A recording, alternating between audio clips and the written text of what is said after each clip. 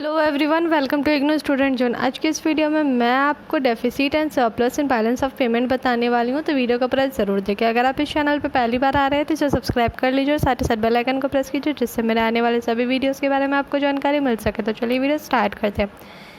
ये है IBO 1 का यूनिट 3 बैलेंस ऑफ पेमेंट का point number 3.6 deficit and surplus and balance of payment. तो चलिए इसके बारे में डिटेल में जानते हैं कि अगर बैलेंस ऑफ पेमेंट में सरप्लस होता है तो क्या होता है, डेफिसिट कैसे होता है, उसको कैसे ठीक किया जा सकता है, सारी डिटेल में बात करते हैं आज। You have learned that BOP accounting is based on the principle of double entry bookkeeping, meaning thereby that for every credit entry there is a debit entry. Thus, a BOP account always imbalances. The difference between aggregate debit and credit is called balance. In case debit exceeds credit, balance is negative or deficit. When the credit exceeds debit, the balance is positive or surplus.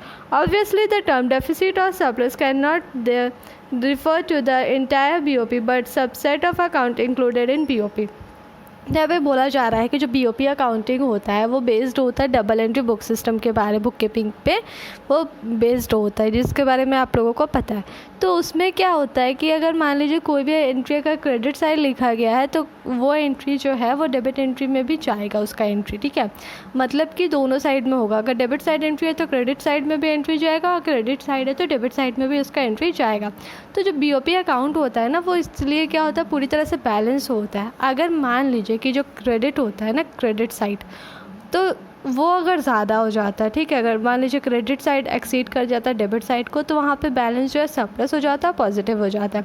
यही अगर debit side exceed कर जाता है credit को, तो balance जो है वो नेगेटिव हो जाता है या तो डेफिसिट हो जाता है। तो जो एग्रीगेट बैलेंस होता है ना दोनों के बीच का, जो डिफरेंस बिटवीन एग्रीगेट जो होता है, जो बोलते हैं मतलब कि डेबिट और क्रेडिट जो के बीच का जो डिफरेंस होता है, यानी कि डेफिसिट में आए चाहे सरप्लस में आए, कुछ में भी आए, ठीक है, तो जो डिफरेंस होता है वो बैलेंस कहलाता है।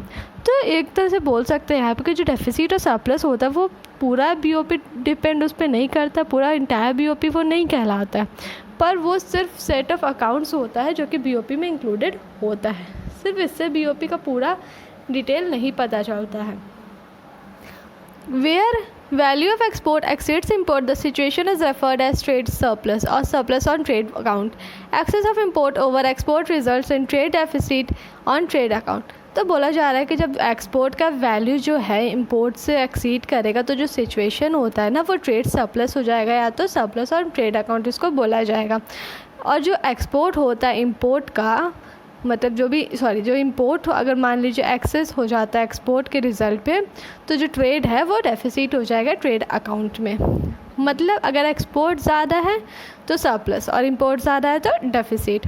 The transactions appearing in the balance of payment can be classified in 2 categories, which autonomous transactions and accommodating or financing transactions. Autonomous transactions take place on their own in response to their felt needs and are independent of the situation in the balance of payment. Accommodating or financing transactions refer to the flow which take place in response to surplus or deficit in the balance of payment. For example, a country may incur or raise its liabilities or reduce its assets in order to pay for the deficit. A deficit in balance of payment exists when payment are for autonomous or self-motivated transactions exceed receipts. In case there is deficit or surplus, there have to be some compensatory transactions to balance the imbalance.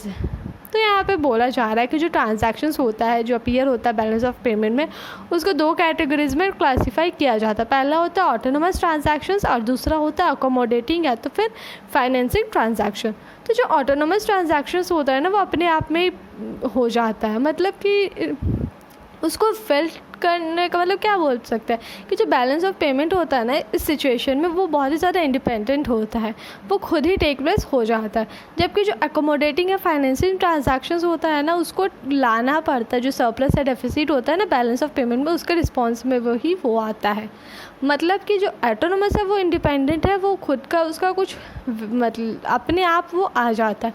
पर यहाँ पे देखिए जो accommodating या financing transactions होता है वो BOP यानी कि बैलेंस ऑफ पेमेंट का डेफिसिट या सरप्लस के रिस्पॉन्स पे ही आता है। तो यहाँ पे एक एग्जांपल दिया हुआ है कि अगर मान लीजिए कोई कंट्री है, ठीक है, वो उसको क्या कर रहा है, इंकर कर रहा है, या तो कोई लायबिलिटी वो रेज कर रहा है, अपने एसेट्स को रिड्यूस कर रहा है डेफिसिट को पे करने के लिए। मतलब किसी भी तरह उसको डेफिसिट हुआ है तो उसको पे करने के लिए या तो लायबिलिटी को रेज कर रहा है या तो फिर अपने एसेट्स को रिड्यूस कर रहा है। तो जो डेफिसिट हुआ है बैलेंस ऑफ पेमेंट का वो तभी होगा जब पेमेंट जो होता है ना ऑटोनोमस होगा या तो सेल्फ मोटिवेटेड ट्रांजैक्शंस होगा जो कि रिसिप्ट से ज़्यादा होगा। तो इस केस में क्या होता है कि जो सरप्लस होता है, डेफिसिट होता है, तो वो कॉम्पनसेटरी ट्रांजैक्शंस में होना चाहिए ताकि जो इम्बैलेंस है उसको बैलेंस किया जा सके। Autonomous and financing transactions are also referred to as above the line and below the line respectively। तो जो autonomous और financing transactions होता है ना वो above the line और below the line दोनों के तौर पे रेफर उसको किया जाता है। There are several concepts of balance in balance of payment। These are trade balance। This is the balance on the merchandise trade account that is item 1 in the current account। तो जो balance होता है ना balance of payment में उसका बहुत सारा concepts होता है, तो उसमें से सबसे पहला है ट्रेड बैलेंस। तो इस तरह का बैलेंस में क्या होता है कि जो ट्रेड अकाउंट है उसको मर्चेंडाइज किया जाता है, मतलब कि जो आइटम 1 होता है करंट अकाउंट का।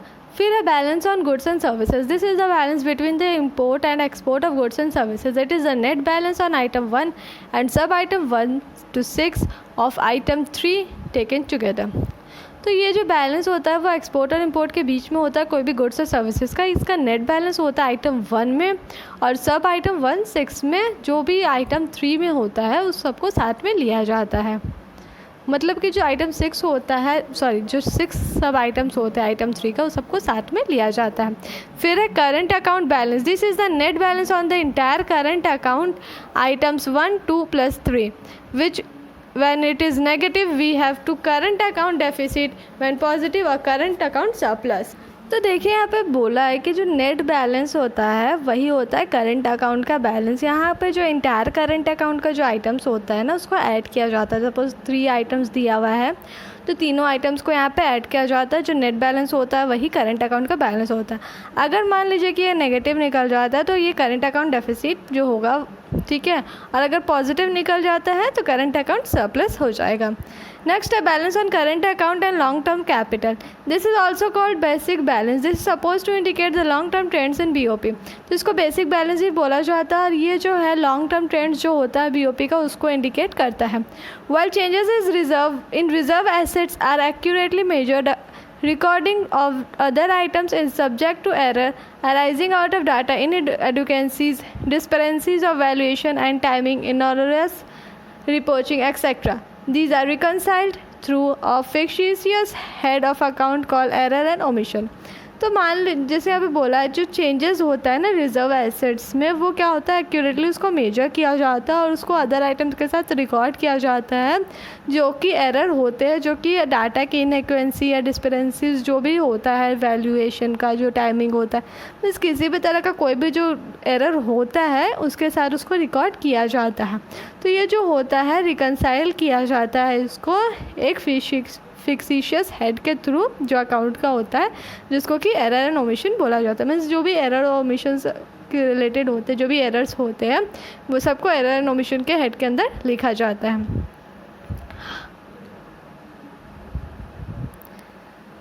तो ये था जो डेफिसिट एंड सरप्लस के बारे में बैलेंस ऑफ पेमेंट का। इसके बाद है बैलेंस ऑफ पेमेंट का डिसइक्विलिब्रियम और factors affecting balance of payment. तो इसके बारे में मैं आपको अगले वीडियो में बताऊंगी, उसके लिए आपको चैनल को सब्सक्राइब ज़रूर करना पड़ेगा। तो आप वो सारी बातें आई होप क्लियर हो गई होगी। किसी भी तरह का डाउट रह जाता है तो कमेंट करके कमेंट सेक्शन में ज़रूर पूछिए, मैं पूरी कोशिश करूँगी आपके सारे डाउट्स को क्लियर करने के लिए। वीडियो को पूरा देखने के लिए थैंक यू।